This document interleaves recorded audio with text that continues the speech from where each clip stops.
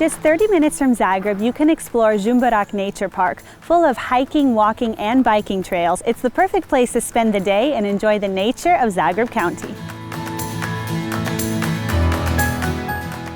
I recommend starting off your trip in Stoj Draga. You can visit the Ethno Museum and contact the priest beforehand. He'll bring over the key and bring you some rakia.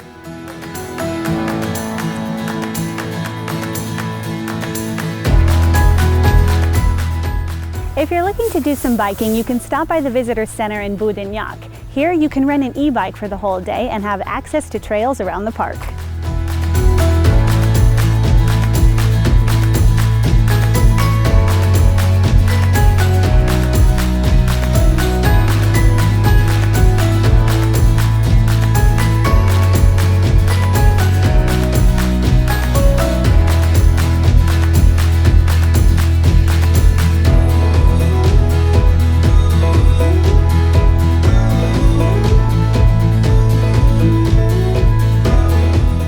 If you're looking to stay in the nature park, I recommend the sustainable bed and breakfast po Zumberak. Here you'll have a comfortable stay and you can try traditional food.